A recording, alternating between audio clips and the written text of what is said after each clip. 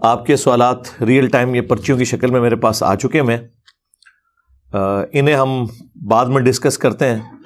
پہلے ایک current issue کے طور پہ کافی عرصے سے لوگ مجھے کہہ رہے تھے، میں اسے اوائڈ کر رہا تھا، لیکن میں چاہ رہا ہوں چلیں اس کو بھی ہم ٹاپک کو ڈسکس کر لیتے ہیں. پچھلے دنوں آپ کو پتہ ہے کہ دعوت اسلامی کے جو امیر ہیں مولانا الیاس قادری صاحب، انہوں نے ایک سلسلہ شروع کیا جس میں جو ان کی ذات کے حوالے سے اور ان کی جماعت کے حوالے سے لوگوں کی ریزرویشنز ہیں، وہ ان کے جوابات آ کے خود دے رہے ہیں اپنی زندگی میں. یہ بڑی اچھی بات ہے. ہمارے تو وہ ایکس مرشد بھی ہیں، کیونکہ آپ کو پتہ ہے میرا آلموسٹ 10-11 سال کا پیریڈ زندگی کا گولڈن پیریڈ، سمجھ لیں اسکول لائف سے لے کے انجینئرنگ یونیورسٹی سے فارغ ہونے تک، 1991 سے لے کے آلموسٹ 2000 تک، بلکہ 2001 تک آلموسٹ وہ دعوت اسلامی میں گزرا ہے. تو الیاس قادری صاحب کو یعنی پرسنلی میں بڑا قریب سے جانتا ہوں. 1999 میں کراچی بھی حاضری ہوئی تھی ان کے پاس، نماز بھی ان کے پیچھے متعدد نمازیں بھی پڑھیں، ان کے گھر بھی گئے، بلکہ اکٹھے بیٹھ کے کھانا بھی کھایا. کچھ چیزیں میں نے اس وقت بھی آبزرو کی تھیں، لیکن ظاہر ہے کہ اس وقت تو انسان عقیدت اور پلس علم اس کشمکش کے درمیان ہی چل رہا ہوتا ہے. پھر آہستہ آہستہ معاملات کھلتے گئے. وہ ایک الگ سے ایک میری سٹوری ہے، وہ چھوڑ دیں اس کو. فی الوقت ہم اسے ڈسکس کرتے ہیں. اس وقت تازہ تازہ انہوں نے 2001 کے اندر عالمی مجلس شورا انہوں نے بنائی تھی اپنی دعوت اسلامی کی، اور اس میں حاجی مشتاق قادری صاحب جو بہت بڑے نعت خواں تھے، ان کو پہلا انہوں نے اس کا سربراہ بھی مقرر کیا تھا. لیکن وہ اس وقت کسی عارضے میں مبتلا ہو کے ینگ ایج میں ہی ان کی ڈیتھ ہو گئی. اللہ تعالیٰ ان کی مغفرت کرے، انہیں نیک کاموں کا اجر دے، برائیوں سے درگزر فرمائے.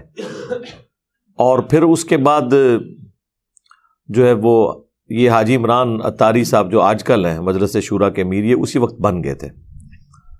اس دوران جو سب سے ان کی ایک کریٹیکل پرسنالٹی تھی نا، وہ حاجی ابراہیم قادری صاحب تھے. ان کے ساتھ بھی کافی کلوز ریلیشن شپ میرا رہا، کیونکہ وہ دعوت اسلامی کے 3 صوبوں کے نگران تھے. پنجاب کے میجر کام ادھر ہی تھا پنجاب میں، دوسرا کشمیر، اور تیسرا کے پی. اس وقت صوبہ سرحد اسے کہتے تھے، اب خیبر پختونخوا اسے کہتے ہیں. یہ کے پی کے لفظ غلط ہے، کے پی ہے. یہ جو بعد میں آپ کے بولتے ہیں وہ غلط ہے، کیونکہ وہ ایک ہی لفظ ہے. پختونخوا جو ہے وہ اکٹھا بولا جاتا ہے، تو اس لیے یہ لفظ ہے کے پی. تو یہ 3 صوبے جو ہے نا اکٹھے تھے. اور 1997 کے اندر بہت بڑا ایک اجتماع بھی ہوا تھا پشاور کے اندر دعوت اسلامی کا. ایک پبلک اسٹرینتھ انہوں نے اس وقت شو کی تھی. وہ بھی ساری حاجی ابراہیم قادری صاحب کی کوششیں تھیں. سٹیل مل میں وہ ملازم تھے اور بڑے ڈیڈیکیٹڈ، یعنی الیاس قادری صاحب کے شروع کے ساتھیوں میں سے تھے. اور اس وقت تو الیاس قادری صاحب فرمایا کرتے تھے کہ اگر مجھے اچانک کچھ ہو جائے، کیونکہ 1995 میں ایک مرڈر اٹیمپٹ ہوئی تھی جس میں بال بچے تھے، ان کے ساتھی 2-3 شہید بھی ہو گئے تھے اس میں لاہور کے اندر. چونکہ یہ پچھلی سیٹ پہ بیٹھے ہوئے تھے، وہ حملہ آور جو تھے، انہیں بس اللہ تعالیٰ نے جب کسی کی زندگی رکھی بھی ہو تو انہیں دھوکہ لگ گیا، بہرحال یہ بچ گئے. اس کے بعد سے وہ یہ کہتے تھے کہ مجھے اگر اچانک موت آ جائے یا مجھے کوئی شہید کر دے، جو وہ کہتے ہیں، تو ابراہیم قادری کو تم نے اس جماعت کا امیر بنا دینا. اور بڑا اچھا ڈیسیژن تھا. حاجی ابراہیم قادری صاحب نہ ان کے نہ دور کے رشتہ دار نہ قریب کے رشتہ دار، صرف ڈیڈیکیشن، ان کی سپیکنگ پاور بہت زیادہ تھی. بلکہ دعوت اسلامی میں ویسا بیان آج تک میرے علم میں نہیں کوئی کر سکے جتنا سوز و گداز اور کمٹمنٹ ان کے اندر تھی. خیر، وہ آپ کو پتہ ہے جہاں پہ بڑے لیول کے لوگ انوالو ہوں وہاں پہ جیلسی فیکٹر بھی اسی اعتبار سے بڑا آ جاتا ہے. اور ظاہر ہے یہ وہ ساری چیزیں ہیں جن کے بارے میں میرے پاس فرسٹ ہینڈ نالج ہے، کیونکہ میں انوالو رہا ہوں ان ساری چیزوں میں. اور یہ میں آج پہلی دفعہ آن ایئر یہ چیز بیان کر رہا ہوں. دعوت اسلامی کی یہ جو 2 ٹکڑے ہو گئے تھے 2001 کے اندر آلموسٹ، تو اس کے پیچھے ریزن کیا تھی؟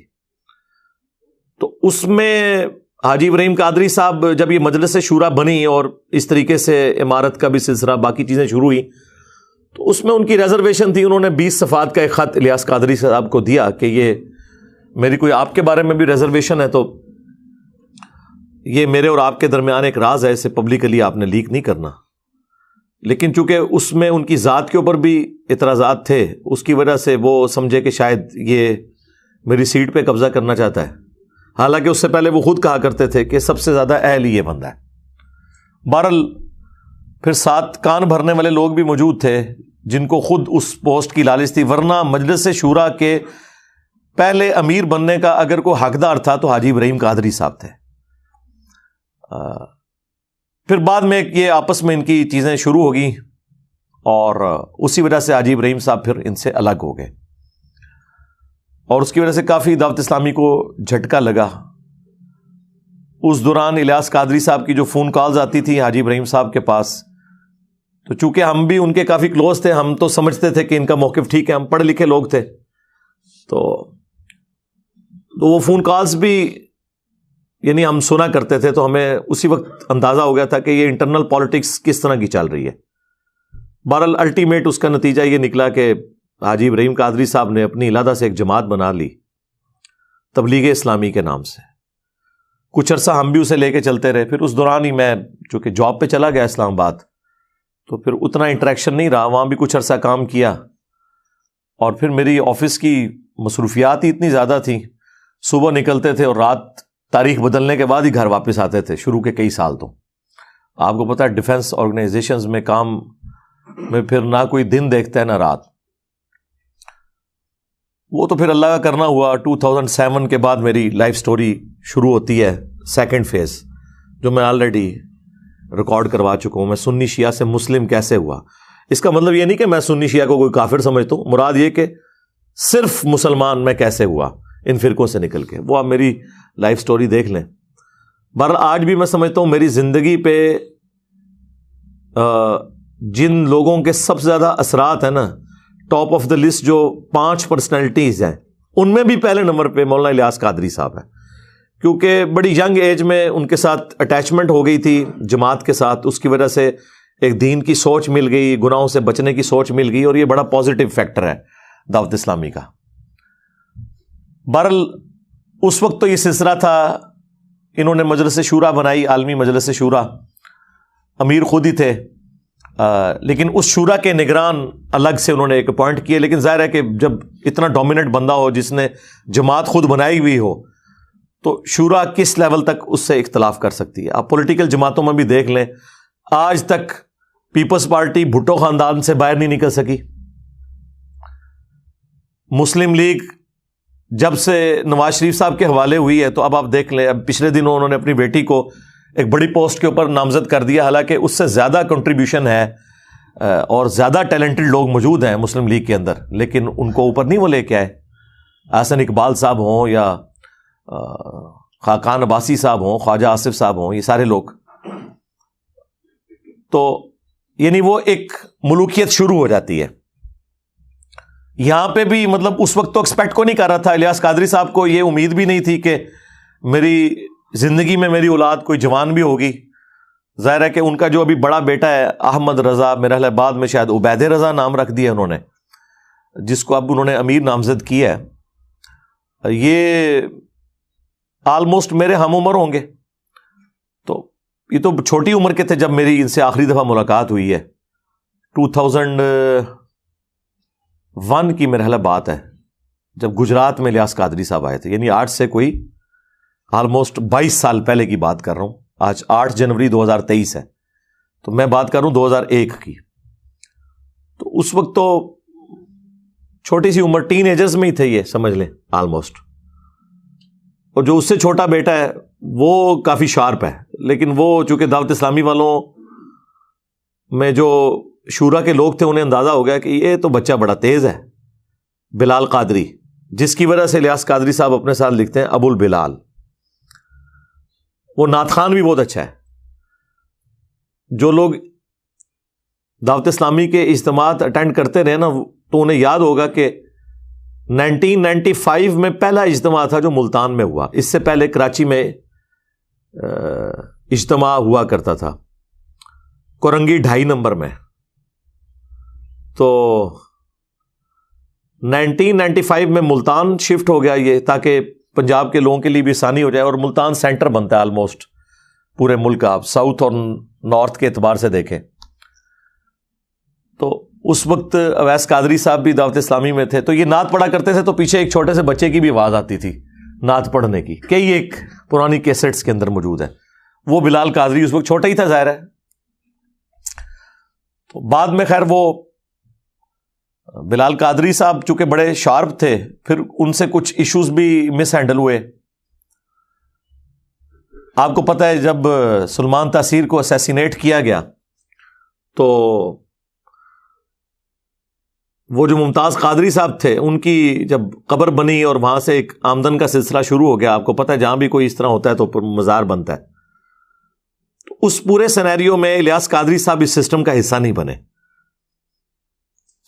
میں الیاس قادری صاحب کو پرسنلی جانتا ہوں, اور الیاس قادری صاحب کی شخصیت جو ہے یہ پاکستانی قوم کے لیے فی الوقت نعمت ہے, کیونکہ یہ ہارڈ لائنر نہیں ہے, یعنی یہ پیسو ریزسٹنس کے قائل ہیں. کبھی انہوں نے آپ دیکھیں کوئی پبلک پروٹیسٹ نہیں کیا, کبھی کسی احتجاج کے اندر کسی پولیٹیکل ایشو کے اندر انوالو نہیں ہوئے. اسی وجہ سے ہماری ایجنسیز نے انہیں کئی سالوں سے جو ہے نا وہ امن کی نمبر 1 جماعت ڈکلیئر کر رہے ہیں پاکستان میں دعوت اسلامی کو. اور جینوئنلی الیاس قادری صاحب پہ جب خود بھی مرڈر اٹیمپٹ ہوئی تھی اس کے بعد بھی انہوں نے کبھی کوئی احتجاج اس طرح نہیں کیا, کسی بھی ایشو میں انوالو نہیں ہوتے. جتنی بھی تحریکیں چلتی ہیں سیاست کے نام پہ یا مذہب کے نام پہ وہ کسی میں حصہ نہیں لیتے, یہ ان کی ایک نیچر ہے. وہ ممتاز قادری صاحب جو ہیں وہ ان کے مرید تھے, تو پھر ظاہر ہے ان سے بھی سوال ہوا. انہوں نے کہا کہ میں تو اس چیز کو صحیح نہیں سمجھتا کہ کوئی قانون خود ہاتھ میں لے اس حوالے سے. تو ظاہر ہے یہ تو نہیں صحیح سمجھتے اس کو. پچھلے دنوں آپ کو پتا ہے ادے پور میں بھی ایک سانحہ ہوا انڈیا کے اندر, اس کے اوپر تو باقاعدہ پھر ان کی ویڈیو آ گئی کہ میری پوری زندگی گواہ ہے, میں نے کبھی ایسے معاملہ نہیں کیا. حالانکہ اس ویڈیو آنے سے پہلے میں ویڈیو ریکارڈ کروا چکا تھا کہ الیاس قادری صاحب اس طرح کے نہیں ہیں, مجھے پتا ہے. میں تو اس بات کی تعلیم دیتا آیا ہوں کہ اگر خدا نہ خواستہ مجھ پر بھی کوئی ظلم و زیادتی ہو تب بھی میرے مریدین اور دعوت اسلامی والے ہرگز تشدد و مزاحمت اور قانون کی خلاف ورزی کا راستہ اختیار نہ کریں. میرے انتقال کے بعد بھی موجودہ سیاست اور سیاسی سرگرمیوں, ہڑتالوں, احتجاجی ریلیوں اور دھرنوں وغیرہ سے دور رہیں اور پرامن رہ کر لوگوں کو نیکی کی دعوت دیتے رہیں. ادے پور ہند میں ہونے والے قتل کے واقعے میں بھی کیونکہ دعوت اسلامی کا نام لیا گیا ہے اس لیے وضاحت کرتا چلوں کہ یہ بھی چند افراد کا ذاتی فعل اور ان کا پرسنل میٹر ہے جس کا دعوت اسلامی سے, مجھ سے اور میری ترغیب و تربیت سے کوئی تعلق نہیں. اور اس وجہ سے ہی دعوت اسلامی کے علاوہ جو باقی بریلوی مکتب کی جماعتیں ہیں جو تھوڑی ہارڈ لائنر ہیں, جس طرح TLP ہے تحریک لبیک, یہ لوگ بڑے ناراض ہیں الیاس قادری صاحب سے انٹرنلی کہ بھئی یہ تو کوئی ہمارے ساتھ کسی تحریک میں شامل نہیں ہوتے. ایون ممتاز قادری کے جنازے میں شامل نہیں ہوئے, ایک بہت بڑی ایک ایکٹیویٹی تھی. بہرحال اس کی ریمیڈی کرنے کے لیے حاجی بلال قادری جو چھوٹے بیٹے ہیں ان کے, اب تو خیر چھوٹے تو نہیں, وہ شادی شدہ ہیں وہ بھی, وہ جناب ننگے پاؤں ممتاز قادری صاحب کی قبر تک گئے. اور وہ خبر جب باہر نکلی ایجنسیز نے پھر اپروچ کیا دعوت اسلامی والوں کو کہ بھائی پاکستان کی سب سے بڑی عدلیہ ایک بندے کو پھانسی دے رہی ہے اور آپ اسے ہیرو بنا کے پیش کر رہے ہیں, دوسری طرف آپ امن کے دائیں ہیں, آپ کا کیا لینا دینا ہے. اب جو الیاس قادری صاحب کی جماعت میں ایسے لوگ تھے جو چاہتے تھے کہ بلال قادری جو بڑا شارپ ہے یہ اوپر نہ آئے, تو انہوں نے اس موقع کو غنیمت جانا, انہوں نے الیاس قادری صاحب کو ڈرانا شروع کر دیا کہ دعوت اسلامی پہ پابندی لگ جائے گی, آپ اس سے اعلان برات کر دیں. وہ اعلان برات کیا کیا, وہ اس کو انہوں نے جماعت سے ہی نکال دیا, اپنے سگے بیٹے کو. آپ اندازہ کریں. اچھا یہ میرے پاس ساری اندر کی رپورٹیں, ہمیں تو پتہ ہے آپ کو سارے اندر کے لوگ خبر دیتے ہیں, کچھ ہمیں خود بھی پتا ہوتی ہیں, پھر ہم کافی ذہین بھی ہیں, چیزوں کو سمجھ لیتے ہیں اور چیزیں جڑ جاتی ہیں ساری چینز. تو ان کو انہوں نے کھڈے لائن لگا دیا. بس وہ عید کے عید کبھی کو ملاقات ہو جاتی ہے, باقی دعوت اسلامی سے اب بلال قادری کا کوئی لینا دینا نہیں رہ گیا. یہ عبید رضا یا احمد رضا, یہ بیچارہ بالکل ہی سدھ ہے. ہاں, اس کے اندر یعنی شرافت تو بہت زیادہ ہے, لیکن وہ جو چلاکی ہوشیاری جو تھی الیاس قادری صاحب کی, اس کے امین جو ہے وہ بلال قادری صاحب ہیں, اور جو ان کی بالکل شرافت ہے اس کے امین یہ ہیں. یا تو یہ دونوں کٹھے رہتے, بل ان کو انہوں نے پتہ صاف کر دیا. بس اسی وقت پھر ان لوگوں نے موقع غنیمت جانا کہ اب یہ الیاس قادری صاحب ڈیفینسو موڈ میں گئے, ورنہ تو بڑی وہ پیر بھی ہیں ان کے, بڑا ان کو وہ عزت کی نگاہ سے دیکھتے ہیں, کوئی سوچ نہیں سکتا ان سے کوئی اختلاف رائے کر سکے. انہوں نے کہا لگ دے آتنا, ایک دو کام ایجنسیوں نے کہا کہ ہم خود ان سے کروا لیں. اب ظاہر ہے کہ وہ ڈائریکٹ تو سامنے نہیں آتے, ان کا طریقہ واردات ہے, وہ تو ہمیں پتہ ہے, ہمارے ساتھ بھی انہوں نے ہاتھ کرنے کی کوشش کی ہے, لیکن ہم ان کے قابو نہیں آئے. تو یعنی میں اشارتاً بات کر دیتا ہوں, ایک جرنیل جو کہ اب ریٹائرمنٹ لے چکا ہے وقت سے پہلے, آپ کو پتہ ہے, اس نے ایکس پرائم منسٹر کے ساتھ بھی گیم کی, ایکس آرمی چیف کے ساتھ بھی گیم کی, اس نے میرے ساتھ بھی گیم ڈالنے کی کوشش کی. لیکن آپ کو پتہ ہے کہ بنو امیہ کی چالیں جہاں ختم ہوتی ہیں وہاں سے ہماری عقل سٹارٹ ہوتی ہے. میں ہر معاملات کو دیکھتا ہوں, اس کے بعد ظاہر ہے میں نے اپنے اصولوں پہ کمپرومائز نہیں کرنا ہوتا, اس لیے میں ہتھے نہیں چڑھتا ہوں. جو بندے کمپرومائز کرتے ہیں نا وہ پھر ہتھے چڑھ جاتے ہیں. خیر, ان لوگوں نے ان کو اس طرح پٹو ڈالا کہ آپ کو پتہ ہے کہ عرب ملکوں میں دعوت اسلامی پہ پابندی ہے, کیونکہ وہ ہارڈ لائنر ہے بریلویوں کے اعتبار سے. سعودی عرب کے اندر یہ گرین پگڑی کے اوپر کو کسی کو دیکھ لیں تو وہ پکڑ کے وہاں پہ شرطیں جو ہے بٹھا لیتے ہیں. ظاہر ہے وہ پاکستانی اہل حدیث ہیں, وہابی, تو وہ تو ان سے نفرت کرتے ہیں. اب یہ بڑا اچھا موقع تھا, بیچ میں بندے انوالو ہوئے. یعنی یہ باتیں میں آپ کو جو بتا رہا ہوں, جو اندر کے لوگ ہیں جن میں پاکستان لیول کے بریلویوں کے علماء اور مفتی بھی شامل ہیں, انہوں نے مجھے خود یہ باتیں بتائی ہیں, اور پھر کچھ قرائن بھی بتا رہے تھے کہ الیاس قادری صاحب کی منتیں لوگ مار بیٹھے کہ بھئی آپ پگڑی کے رنگ کو فکس کیوں کر رہے ہیں, نبی علیہ السلام سے تو مختلف کلرز کی پگڑیاں پہننا ثابت ہے. اور آپ کو پتہ ہے جب انہوں نے پگڑی چینج کی, سب سے پہلے میں نے مبارکباد دی تھی کہ چلیں اچھا ہوا. اس سے پہلے تو ہم لوگوں کہتے تھے سفید پگڑی یا کالی باندھ ہو, تو وہ تو اسے سفید پگڑی کو دیوبندیوں کی نشانی اور کالی پگڑی کو شیعہ کی نشانی سمجھتے تھے, حالانکہ اس میں تو بخاری مسلم میں احادیث ہیں. میں نے الگ سے اس پہ کئی ویڈیوز ریکارڈ کروا چکا ہوں. بہرحال وہ موقع غنیمت جانتے ہوئے انہوں نے جناب کام یہ ڈالا کہ پھر انٹرنیشنل ایجنسیز انوالو ہو گئی. انہوں نے کہا کہ اچھا پاکستان میں بڑی انفلوئنشل جماعت ہے یہ, اور بریلوی مکتب سب سے بڑا مکتب ہے پاکستان کا, اور نان وائلنٹ بھی ہے, تو ہم نے وہابیوں پہ اتنا پیسہ لگایا, اس کے باوجود یہاں ہمیں کوئی آؤٹ پٹ نہیں ملی. وہ آؤٹ پٹ کیا چاہتے تھے کہ ملوکیت کو پروموٹ کیا جائے, یزید کو رحمۃ اللہ علیہ کہا جائے اور حسین کو نیچے کیا جائے. اس میں نہ ان کی کوئی یزید سے ہمدردی ہوتی ہے, نہ یزید کے باپ کے ساتھ کوئی ہمدردی ہوتی ہے, اور نہ کوئی حسین سے بغض ہوتا ہے, نہ حسین کے باپ کے ساتھ بغض ہوتا ہے. اصل میں وہ اپنی لائن سیدھی کر رہے ہوتے ہیں کہ اگر یزید کی ملوکیت جسٹیفائی ہوتی ہے تو عرب ملکوں میں تو آپ کو پتہ ہے نہ ڈیموکریسی ہے نہ خلافت ہے, وہ تو ملوکیت خاندانی ایک ڈائنسٹی لے کے چل رہے ہیں. تو انہوں نے کہا چلو بریلویوں پہ پیسہ لگاتے ہیں. لیکن یہ باتیں اب الیاس قادری صاحب کو تو نہیں پتا, وہ تو نیچے کے لوگ استعمال ہو رہے ہوتے ہیں.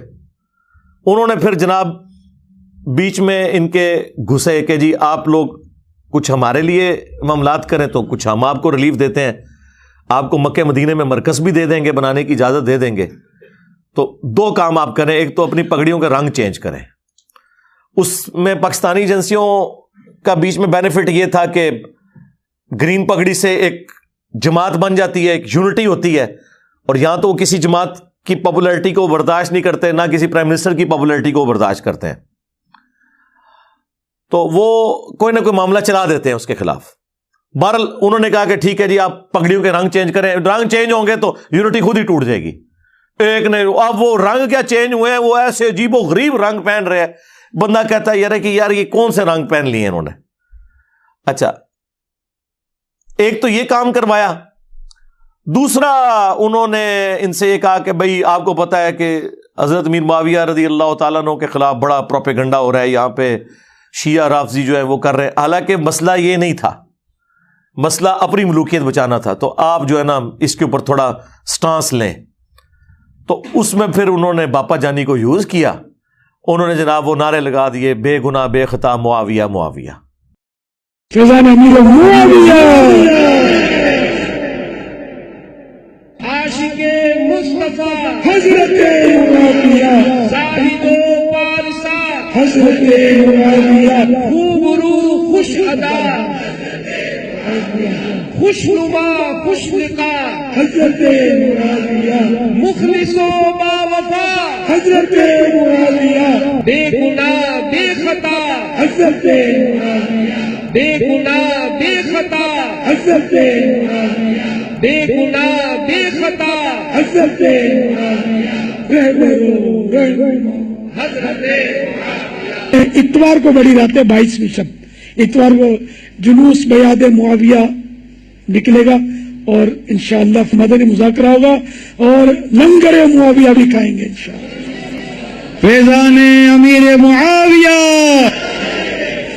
ٹھیک ہے, اندازہ کریں عمار ابن یاسر جنہیں اتنے ظالمانہ طریقے سے جنگ صفین میں قتل کیا گیا, ان کے لیے کسی بریلوی نے نعرہ نہیں لگایا بے گناہ بے خطا عمار ابن یاسر, اور ان کے قاتلین کو بڑھا چڑھا کے پیش کیا. تو اب اس کی وجہ سے آپ کو ہوتا ہے پھر بریلویوں میں 2 دھڑے بن گئے. خیر اس شر میں سے بھی ایک خیر نکلا ہے. تو وہ 2 دھڑے بن گئے ہیں, ایک جو ہے وہ اب پرو بنو امیہ ہیں, اور دوسرے جو ہیں وہ پرو جو ہیں وہ آل رسول ہیں, اہل البیت ہیں علیہم السلام. یہ پوری گیم اس سینیریو میں ہوئی ہے. یہ خیر یہ ویڈیو جب اپلوڈ ہوگی تو کئی لوگوں کے عقدے, کئی صحافیوں کے عقدے بھی حل ہو جائیں گے کہ اصل گیم کیا تھی پیچھے, یہ پگڑیوں کے رنگ چینج کرنے میں اور یہ بے گناہ بے خطا معاویہ نعرہ لگانے میں. بھائی الیاس قادری صاحب کو جماعت بنائے ہوئے 25-30 سال ہو چکے, 1981 میں انہوں نے جماعت بنائی ہے. کبھی انہوں نے کبھی کسی کنٹراورشل ٹاپک کو چھیڑا نہیں ہے. اچانک جو ہے وہ آخری عمر میں پہنچ کے انہوں نے جس کو کہتے ہیں چکی کے نیچے ہاتھ دے لیا ہے یہ بات کر کے, کیا ضرورت تھی؟ لیکن پھر وہ گھبرا گئے. ظاہر ہے پھر آپ کو پتا ہے ریونج جب آیا, ان کی کئی مسجدوں میں درس بند ہو گئے, پنڈی مری کے پی سائڈ پہ. تو آپ کو پتا ہے وہ مفتی حنیف قریشی صاحب اور ان کے جو وہ شیخ ہیں حسین الدین شاہ صاحب, ان کا کافی انفلوئنس ہے. اس کی وجہ سے ان کے اوپر کافی پریشر آیا. پھر مفتی منیر صاحب نے بھی ان کو سمجھانے کی کوشش کی. الٹیمیٹلی انہوں نے اپنا بیان واپس لے لیا, یہ کہہ کے کہ میں آئندہ یہ نعرہ نہیں لگاؤں گا. یہ نہیں کہا کہ انہوں نے غلط نعرہ لگایا, اور ان کا میرا مطلب تھا کہ ان کی خطا اجتہادی ہے, اور چونکہ اس پہ اجر ملے گا اس کانٹیکسٹ میں نے کہا تھا. بھئی یہ تو نہیں تھا, آپ نے کہا تھا بے گناہ بے خطا معاویہ معاویہ. ٹھیک ہے, اور ظلم یہ ہے کہ جن پر ظلم ہو رہا ہے ان کا آپ نام ہی نہیں لے رہے, اور آپ یہ کہہ رہے ہیں کہ جی رجب کی تاریخ وہ جو 22 رجب جو شیعہ نے کنڈوں والی بنائی ہوئی ہے, انہوں نے امام جعفر کے کنڈے یہ بھی کرتے ہیں, اور شیعہ نے امام جعفر کے ساتھ ایک اور عقیدہ وابستہ کیا ہوا ہے, کنڈوں والا نہیں کوئی اور دیوبند اور اہل حدیث میں یہ ہوا کہ یزید میر معاویہ کا یوم وفات ہے, اس وجہ سے یہ لوگ مناتے ہیں. ہر ایک نے اپنی کہانی, اس پہ میری الگ سے ویڈیو ہے, سب بھی کہانی ہے. اس دن انہوں نے اناؤنسمنٹ کیجیے ہم اتنی مسجدیں جو ہے نا امیر شام کے نام پہ بنائیں گے. تو اس کی وجہ سے بریلویوں میں پھر ایک چیز وہ آنا شروع ہوئی کہ یار یہ کس طرف لے کے جا رہے ہیں. یعنی سنیت تو اس چیز کا نام ہی نہیں تھا. سنیت تو اس چیز کا نام ہے کہ امیر شام کو آپ نے لعنت نہیں کرنی, ان کی صحابیت کا انکار نہیں کرنا, انہیں منافق نہیں کہنا. باقی حضرت علی کے مقابلے پہ تو کبھی بھی کسی سنی نے انہیں صحیح نہیں سمجھا, خطا پہ مانا ہے. پھر اس وقت مفتی اشرف صاحب جو پاکستان میں سب سے بڑے آپ سمجھ لیں بریلویوں کے مفتی گجرات مراڑیاں کے اندر, وہ اس وقت حیات تھے. میں ان سے ملا بھی ہوں 2001 میں, اس وقت ان کا اہل سنت ماہنامہ نکلتا تھا, تو وہ ہم بھی یہاں منگوایا کرتے تھے. مفتی احمد یار خان نعیمی صاحب جنہوں نے جال حق لکھی ہے, وہ ان کے سب سے لائق ترین اسٹوڈنٹس میں سے تھے. تو وہ اس وقت بھی سامنے ہے, انہوں نے کہا یہ تو بالکل ناسبیت والا نعرہ ہے, بے گناہ بے خطا معاویہ معاویہ, یہ تو ناسبیت ہے اس کے اندر. بلکہ انہوں نے تو وہ جرت والی بات کی جو بہت عرصے بعد میں نے بھی کی, ان کو سن کے نہیں, میرے تو کیفیت تاری ہوئی تھی تو میں نے بول دیا. انہوں نے تو اس وقت یہ کہا کہ میرا تو یہ عقیدہ ہے, میں اپنے اسٹوڈنٹس کو یہ کہتا ہوں کہ اگر بالفرض میں حضرت علی رضی اللہ تعالیٰ عنہ کے زمانے میں ہوتا تو میں حضرت علی کے ساتھ مل کے حضرت امیر معاویہ رضی اللہ تعالیٰ عنہ کے خلاف جنگ کرتا جنگ صفین میں.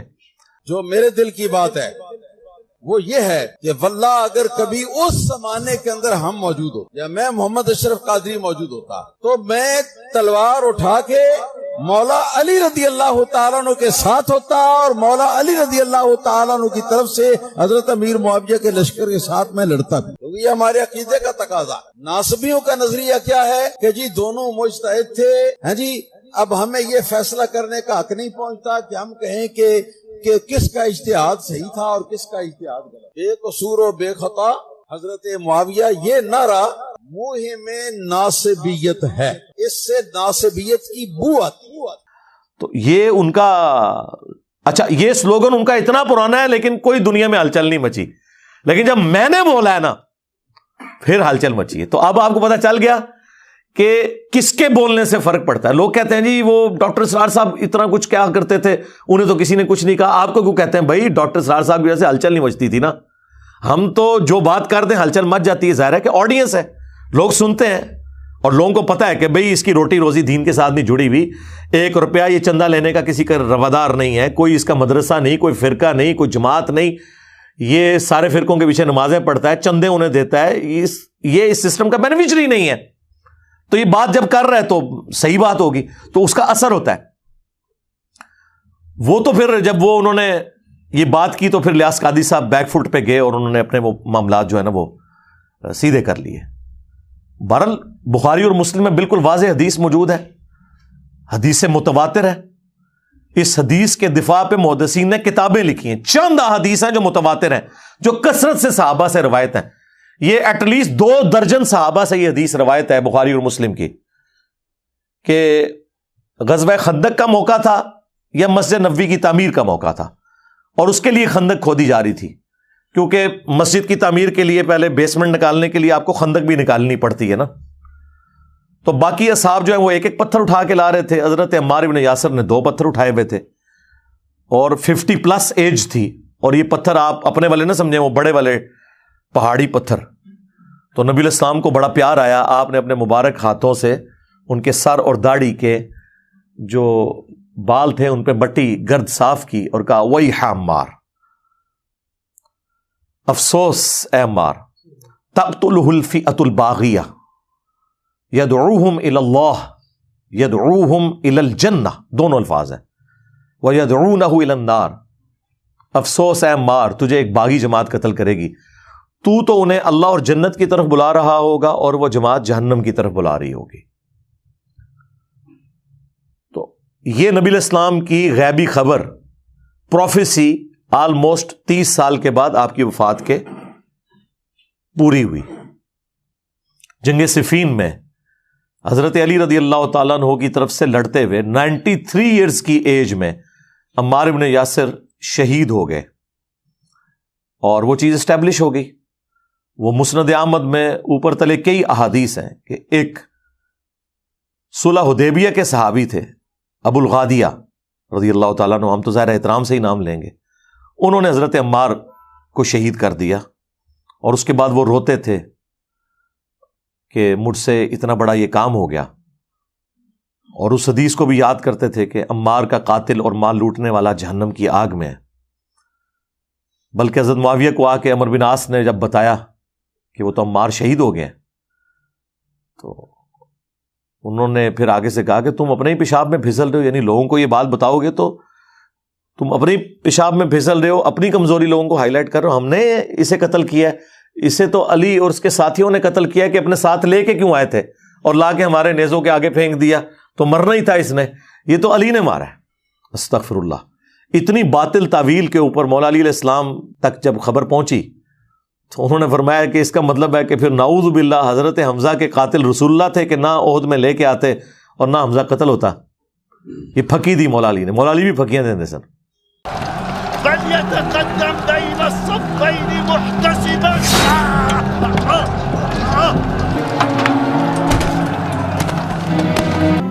أيها الأمير، قتلنا عمار بن ياسر الذي يقول فيه رسول الله صلى الله عليه وسلم تقتله الفئة الباغية. ما بك يا أبا عبد الله؟ أنحن قتلناه؟ لقد قتله من جاء به. لقد قتله من جاء به. لقد قتله من جاء به.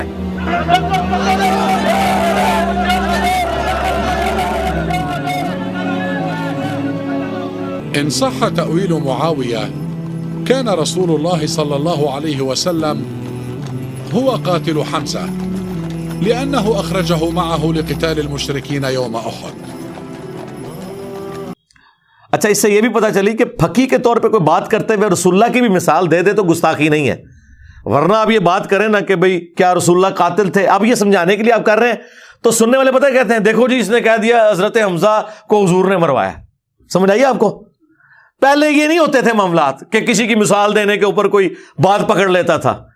بہرحال ان لوگوں نے وہ نعرے وہ والے نہیں لگائے بے گناہ بے خطا عمار ابن یاسر، نہ عمار ابن یاسر کی کبھی شہادت کا دن منایا، ورنہ تو لوگ پوچھیں گے کہ کس رضی اللہ عنہ نے کس رضی اللہ عنہ کے کہنے پر یا اسے خوش کرنے کے لیے عمار رضی اللہ عنہ کو شہید کیا، تو وہ اس لیے اس کو انہوں نے اوور لک کیا.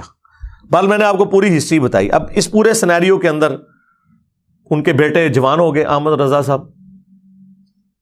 تو ہر بندے کی خواہش ہوتی ہے کہ اس کا اپنا بیٹا ہی آگے آئے، اور میں سمجھتا ہوں اس معاملے میں الیاس قادری صاحب معذور ہیں. صرف الیاس قادری صاحب کو کرٹیسائز کرنا بریلویوں کی طرف سے یا دیوبند کی طرف سے یہ بالکل غلط ہے، یا اہل حدیث کی طرف سے. اس کی وجہ یہ کہ آپ سب کے جو بڑے تھے وہ یہی کچھ کرتے تھے.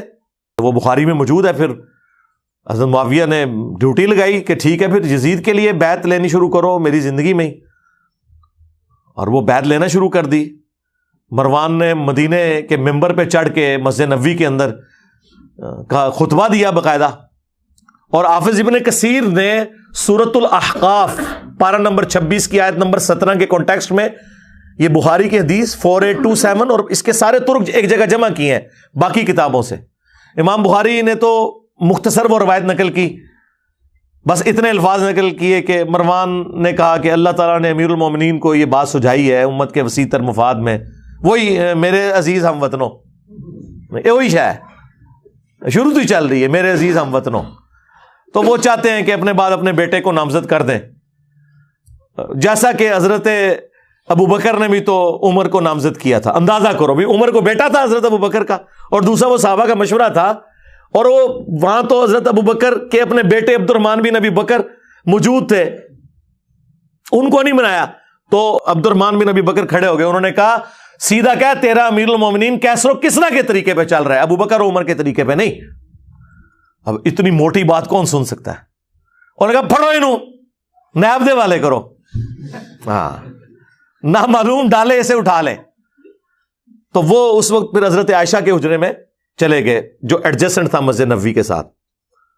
اب ظاہر حضرت عائشہ کا تو ایک احترام تھا، وہاں تو کوئی نہیں تھا داخل ہو سکتا. تو مروان نے باہر سے ہی کہا کہ اے ابو بکر کے بیٹے تیرے بارے میں تو قرآن کی آیت نازل ہوئی ہوئی ہے کہ یہ اپنے ماں باپ کو کہتا ہے کہ جو تم کہتے ہو مجھے مرنے کے بعد دوبارہ زندہ کیا جائے گا یہ اگلے لوگوں کی کہانی ہے. ابو بکر کے بیٹے یہ تو تھا جو اپنے ماں باپ کے ساتھ لڑا کرتا تھا، تو تھا اس وقت وہ کافر، نعوذ باللہ. یعنی وہ کسی کے بارے میں آئے تھی پکڑ کے عبد الرحمن بن ابی بکر پہ، اور عبد الرحمن بن ابی بکر وہ حضرت عائشہ کے بھائی ہیں جس میں ماں بھی کامن ہے باپ بھی کامن ہے. باقی جتنے آپ کے جو بھائی ہیں محمد بن ابی بکر اس میں والدہ ڈیفرنٹ ہیں، یہاں پہ ماں بھی وہی ہیں. یہ سگے بھائی جو ہمارے سب کانٹیننٹ میں سگا، ویسے اسلام میں تو باپ ایک ہو تو سگا ہی ہوتا ہے.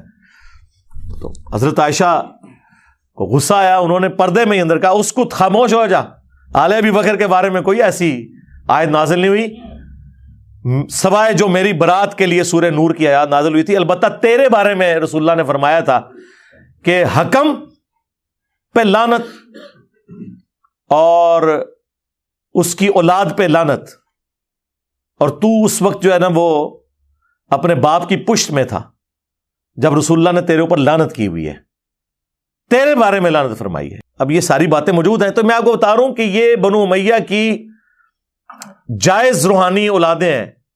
یہ تصوف کا سسٹم یہ اپنے بیٹوں کو بناتے ہیں، پولیٹیکل جماعتیں اپنے ان کو سکسیسر بناتے ہیں، یہ سارے اسی طریقے سے سکسیسر بناتے ہیں. تبلیغی جماعت 1926 میں بنی ہے نا، الیاس کاندھلوی صاحب کی جماعت.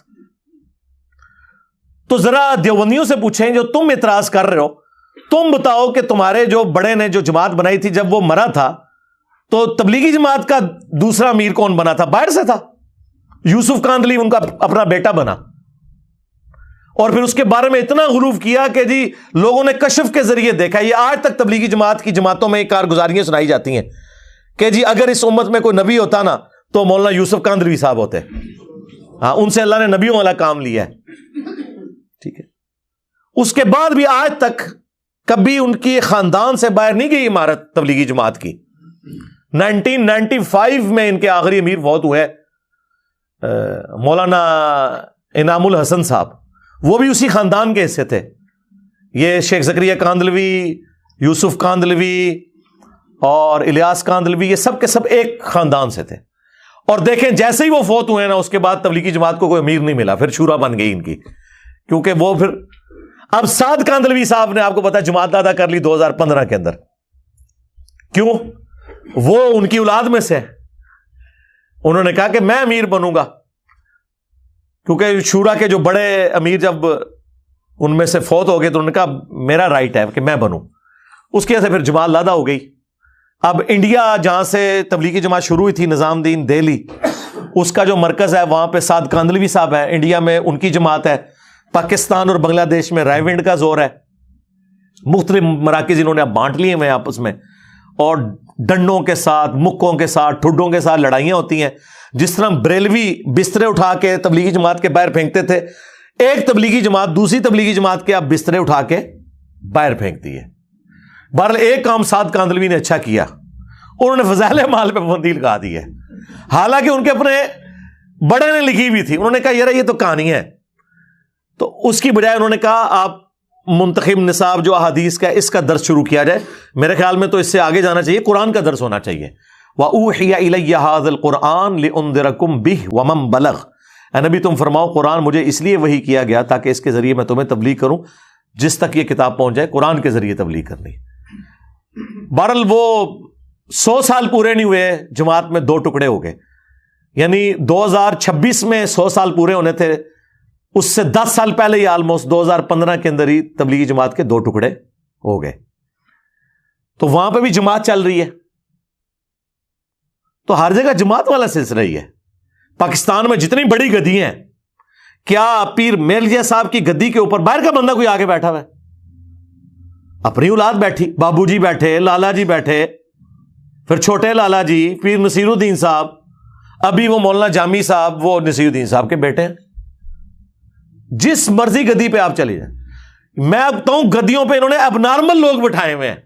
ایسی بھی پاکستان میں گدیاں ہیں پاگل، صرف اس لیے کہ وہ اولاد سے ہیں. اکثر کو تو میں کہتا ہوں آپ نماز سنیں نا، نماز بھی نہیں آتی. ترجمے کی بات نہیں کر رہا، ترجمے تو اکثر کے بڑوں کو بھی نہیں آتے، خالی نماز بھی نہیں آتی عربی میں، وہ آپ کو صحیح نہیں سنا سکتے بیٹھے ہوئے. الیاس قادری صاحب نے اگر اپنے بیٹے کو بنا دیا تو وہ تو انہوں نے ان سے پوچھا گیا کہ یہ بتائیں، انہوں نے کہا اس سے زیادہ کوئی اہل ہے تو مجھے بتائیں. اب وہ جواب یہ دے رہے ہیں اس ماڈرن دور میں جب ڈیموکریٹک ویلیوز ہیں، لوگ قرآن و سنت سمجھ گئے ہیں، اور وہ جانتے ہیں کہ نبی الاسلام نے اگر رسول اللہ نے یہ کام کرنا ہوتا تو حضرت علی کو نہ بنا کے جاتے اپنی جگہ. رسول اللہ نے تو نہیں یہ کیا، امت پہ چھوڑا ہے، امت نے حضرت بکر کو چن لیا. میں آپ کو بتاؤں سارے پیر خانے یہی کام کرتے ہیں، ساری جماعتیں یہی کرتی ہیں. صرف الیاس قادری صاحب کو سنگل آؤٹ نہیں کرنا چاہیے. اور پھر انہوں نے کہا جی بتاؤ اس سے زیادہ اہل کون ہے؟ آپ مجھے بتائیں ان کا کون سا مرید ہے جو کہ میں اس سے زیادہ اہل ہوں. پھر انہوں نے کہا اس سے بڑھ کر یہ عالم دین ہے.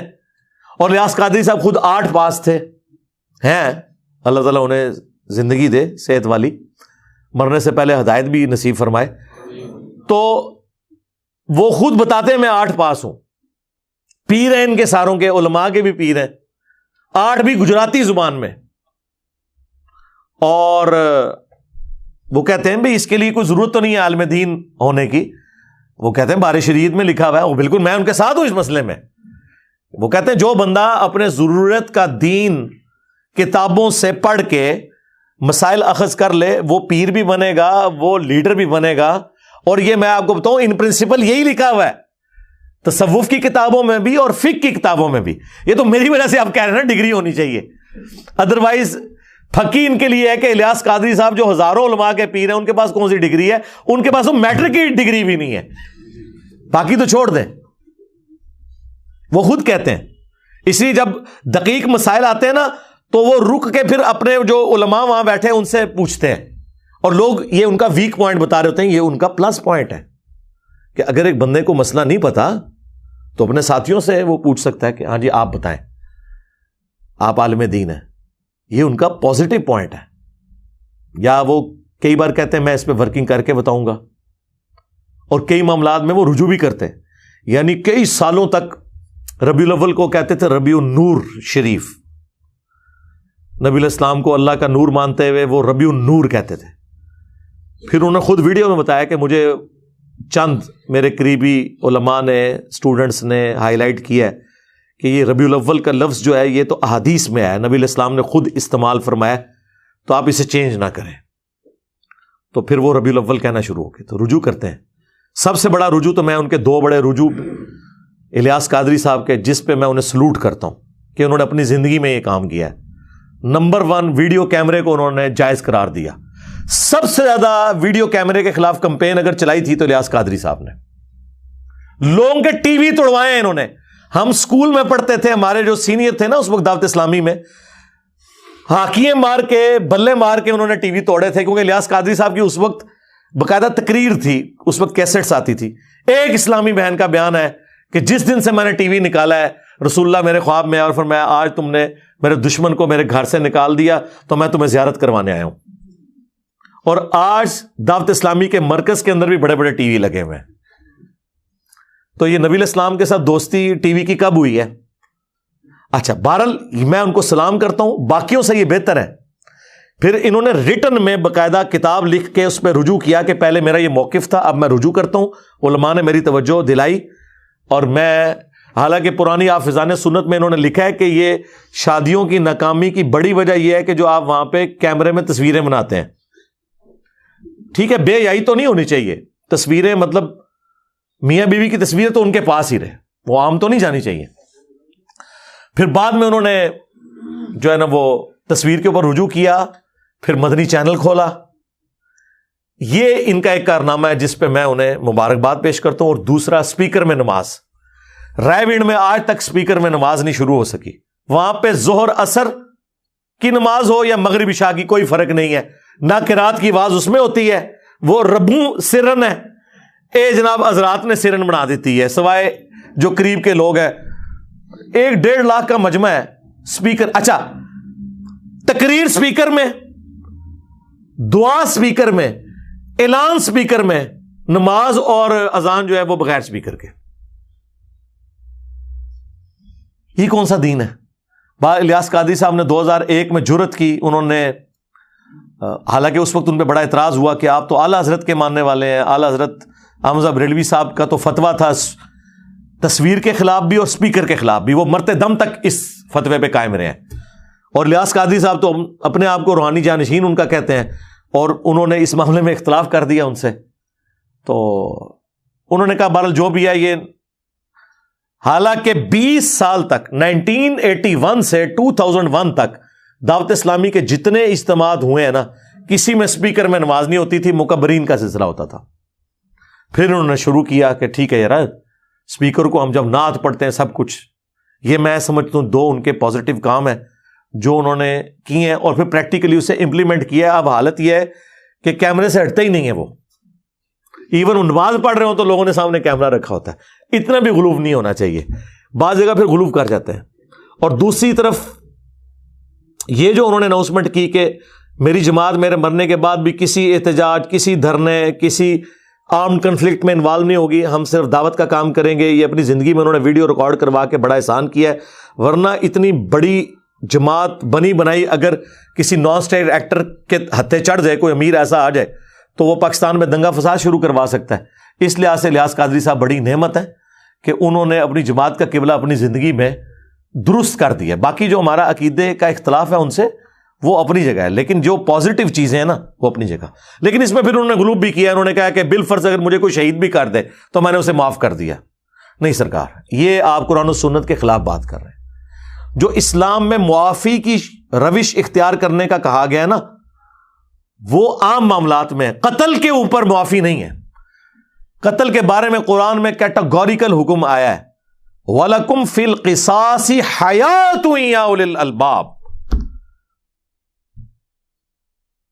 قتل کے بدلے قتل کرنے میں انسانیت کی زندگی چھپی ہوئی ہے اے عقل مندو، تاکہ تم بچ جاؤ، ڈر سکو۔ باقی جگہوں پہ اسلام کہتا ہے آپ معافی کی روش اختیار کریں، لیکن قتل کے بدلے میں اللہ تعالیٰ فرماتا ہے کہ قاتل کو قتل کرو۔ ویسے سورہ نساء میں ایز اے لاسٹ ریزارٹ اجازت دی گئی ہے کہ آپ دیت لے سکتے ہو، معاف بھی کر سکتے ہو، وہ ایز اے لاسٹ ریزارٹ ہے، کہیں کوئی بہت کرٹیکل سچویشن ایسی بن گئی ہے۔ ادروائز میں سمجھتا ہوں اگر کسی بڑے شخص کو اس طرح اسیسینیٹ کیا جائے خدا نہ خواستہ، اس کے قاتل کو بالکل معافی نہیں ہونی چاہیے، ورنہ تو دنیا کا امن ختم ہو جائے گا۔ تو یہ بالکل ان کا موقف میں اس کے ساتھ ایگری نہیں کرتا۔